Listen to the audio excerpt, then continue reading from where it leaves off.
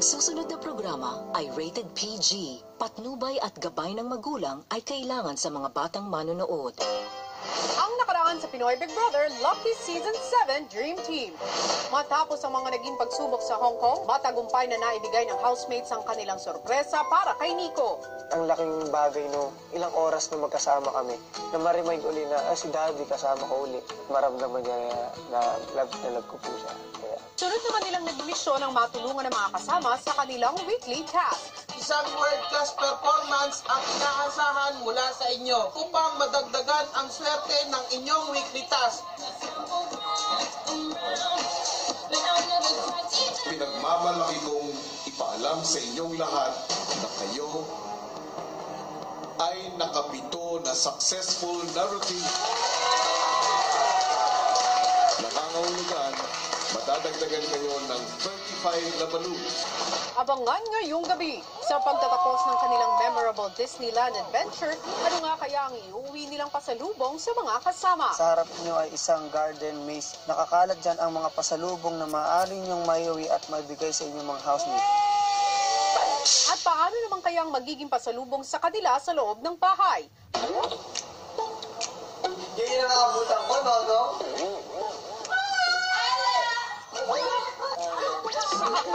Pakatutukan dahil magsasama-sama ng muli ang Dream Team ng Pinoy Big Brother Lucky Season 7. Matapos ang matagumpay na performance ng housemates sa Grand Marshal Parade, ibinigay na ni Kuya sa mga nasa bahay ang kanilang karagdagang lobo. Congratulations! Karagdagan 35 na balloon para sa inyong weekly task. Maaari nyo na itong kunin sa story. Yan lang naman kailangan natin, best. Ha? Agad naman nilang ipinagpatuloy ang paggawa sa Lucky Dragon Balloon. Boom, boom, boom, boom. Boom, boom, boom, boom. Boom, boom, boom, boom. Boom, boom, boom, boom. Boom, boom, boom, boom. Kung masaya ang housemates sa Pilipinas sa kinalabasan ng kanilang Dragon Balloon, kinabukasan maagang nagsimula ang isang bagong hamon para sa 4 na housemates.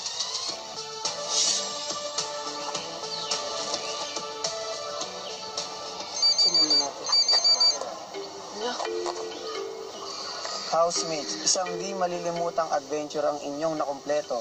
Kung ano man pang mga masasayang alaala ang inyong nabuo ay baunin niyo hanggang sa inyong pag-uwi sa Pilipinas. Kasama nito, bibigyan ko rin kayo ng pagkakataon makapag-uwi ng mga pasalubong para sa inyong mga housemates. Para makapag-uwi ng pasalubong sa mga kasama, kailangan nilang hanapin ang mga ito sa isang garden maze sa loob lamang ng 20 minuto. 3 lamang sa kanila ang pwedeng maghanap sa maze habang naka-blindfold, habang ang isa naman ang siyang magbibigay ng direksyon para mahanap ang mga nakakalat na regalo.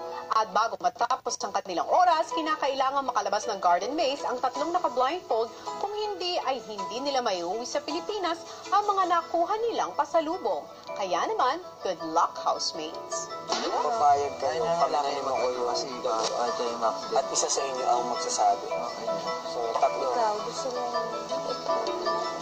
Ikaw na lang magsasabi. Tapos 3 kami mo, sasabi mo, Makoy kanan, Makoy, ganun ba? Oo. Isasabi ka ng name kasi 3 kami nakikinig. So, kung makalimutan yung name. Game! Game. Okay po.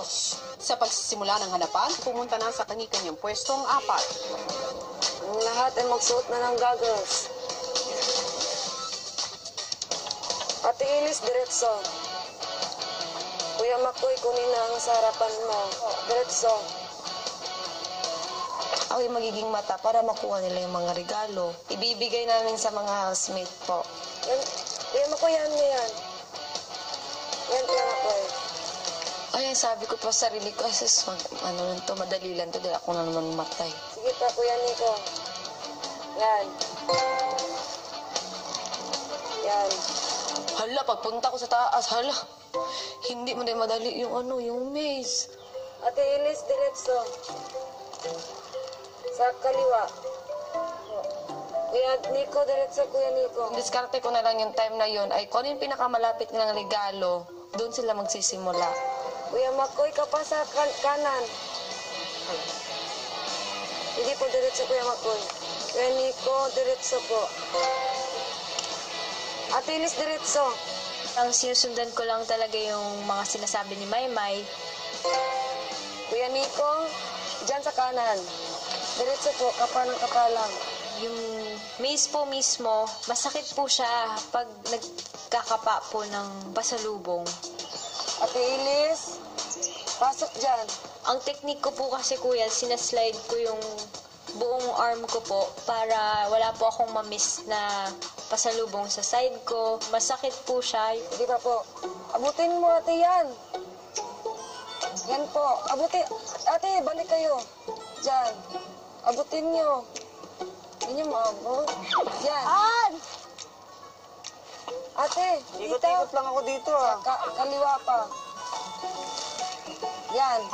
Kunin mo talaga. Yan ate. Kunin mo.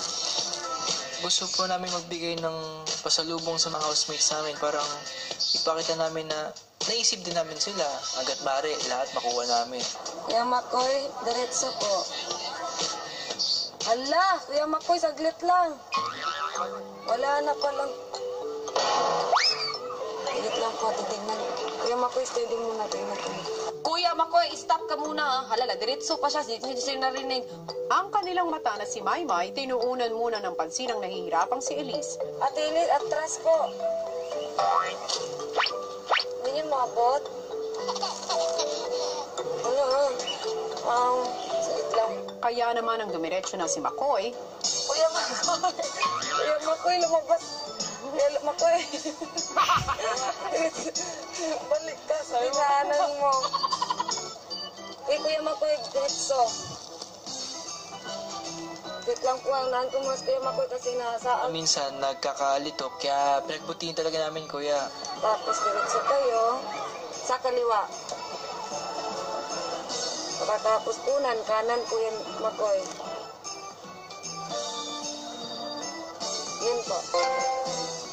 dahil sa mga naging kalituhan, kakaunting minuto na lamang ang natira sa kanila. Totoy, 5 minutes. Wait lang po kasi iniisip ko kung paano po ito. Wait lang po. At dahil si Nico ang pinakamalapit sa mga natitirang pasalubong, naisip ni Maymay na ito na lang ang bigyan ng direksyon. Yan, Nico. Una lang mo. Ate Ilis at saka Kuya Makoy, magsama po kayo. Masarapan niyo po isa't isa. Kuya Nico, diretso po. Hoy. 3 minutes na lang, Kuya Nico. Ikaw na lang po lahat. Tapos, kanan ka po, Kuya Nico. Kuya Nico. Wait! Sina Makoy at Elise may natagpuan sa maze. Ang isa't isa. Kuya Nico, diretso po. Kuya Nico, kaliwa. Sige pa po. Diretso lang. Yan, kapa po dyan. Andun na regalo. Kuya Nico, kaliwa. Nico! Yan, kapa po dyan. Yan. Tapos, wala, na-stress na ako yun kasi 3 minutes na lang. May 3 pang naiwan. Sabi ko, patay.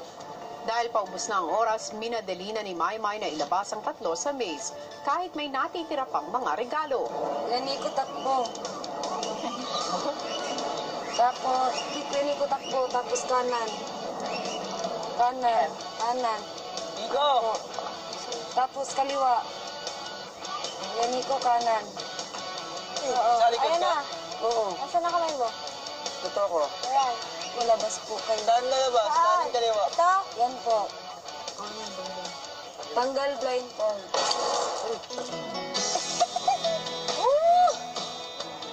Yan, Nico! Hirap kaya! Hindi na kayo. Dalawa.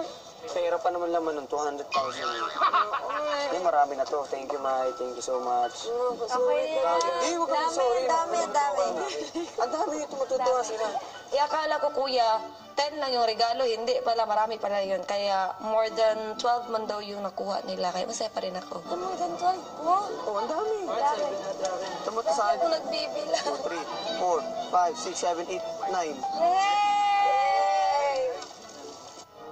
At para tapusin ang kanilang naging makulay na araw, Finger pen!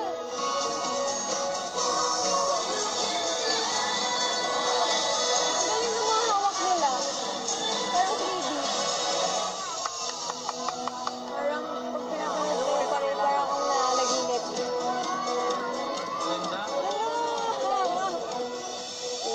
Grabe naman gid, uy. Nakita ko lang sa mga TV show. Higit pa sa sobrang saya. Kaya yung mga nangyayari, hindi ka panipaniwala. Yung parade po, ma-amaze ka na lang po habang pinapanood yung bawat character. Parang feel mo po, kuya, andun ka talaga kasama nila.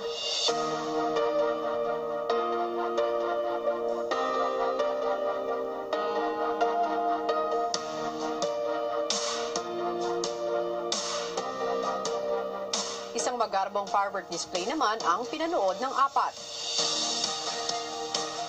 Magical, no?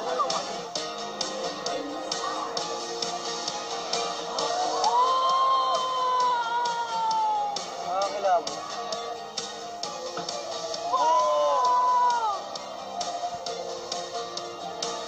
Kung gaano umaapaw yung fireworks sa taas, ganun din umaapaw yung saya ko patungo doon sa tuktok ng kalangitan. Hindi ko makakalimutan ng araw na to. Amazing! Ang ganda po. Mapapangiti ka lang po habang pinagmamasdan yung mga fireworks. Para ka pong nananag-inip lang.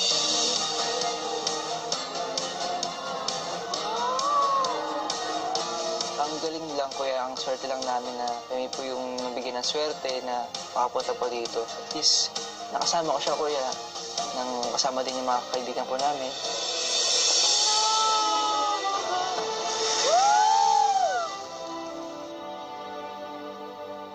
Alam kong naging isang hindi malilimutang karanasan ang inyong pagbisita diyan sa Hong Kong.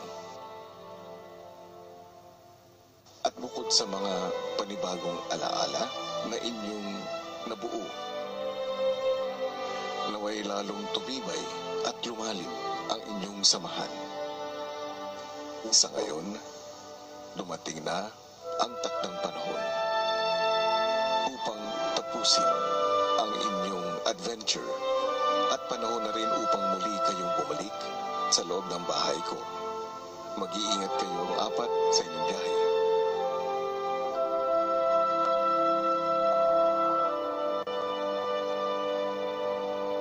Naging masaya at makabuluhan nga ang Disneyland adventure ni na Elise, Maymay, Nico at Makoy. Pero sabi nga ni Kuya, oras na para sila ay bumalik sa kanyang bahay. Ano nga kaya ang mga kaganapan sa muling pagkikita ng Dream Team? Malalaman natin yan sa ilang saglit lamang. Hello Philippines and hello world! Muli mang magkakasama ang housemates. Sa pagtatapos naman ng linggo ay isa sa kanila ay tuluyan ang mapapahiwalay at lalabas ng bahay ni Kuya. Sino nga kaya kina Aura, Jerome at Jidri ang magpapaalam na sa kanilang mga kasama? Ang kasagutan ay nasa inyong mga kamay, kaya naman keep on voting mga kapamilya. Samantala, sinimulan na natin ang kwento ng muling pagkikita ng Dream Team ni Kuya. Kaya naman narito, panoorin nating lahat. Habang abala sa pag-ayos ng kanilang balloon dragon, si Nonong humihirit pa tungkol sa mga kasama na nasa Hong Kong. Sinabi ko kasi, pag hindi pa sila umuwi, diretso kasi sila ng Vietnam. Ang saya. Baka bumalik sila big night na. Baka mamaya pong gabi. Sana po kuya umuwi na sila kasi wala akong katabing matulog. Habang lumalalim ang gabi, mukhang todo na ang pagkamis ng housemates sa mga wala sa bahay. Tagal naman nila. Namimiss ko lang po si Maymay kasi wala akong kalaro. Namimiss ko na po sila Nico. Siyempre wala akong mga kaulitan masyado. Ganun. Sila Elise. Ang girls na pag-usapan naman ang pagkamis sa Maclis. Oh, like McCoy. You see that he carries Elise's head when she's resting. He holds her head up. And I said, oh my goodness, that's the sweetest thing I ever saw. No one has ever done that to me. I've never seen that in my life. Yay! Just holding it and she's just resting. I would like for them to get married. Excuse me. Ate, so sweet. Kinikilig ako. I miss them. They make me kilig all day. It's like watching a love story all day. And they're avoiding it. I think he's like for real in love with her. McCoy? Yeah. McCoy.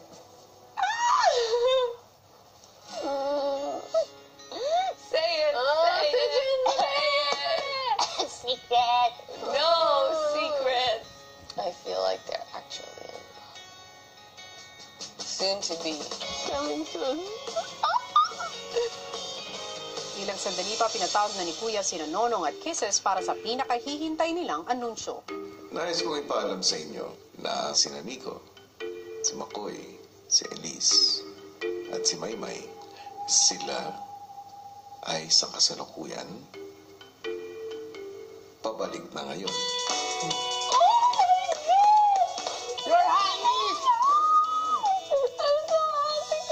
Sobrang happy ako kasi 2 gabi po akong walang nakasleep ng maganda kasi hindi ko po sila katabi. As in, ibang-iba.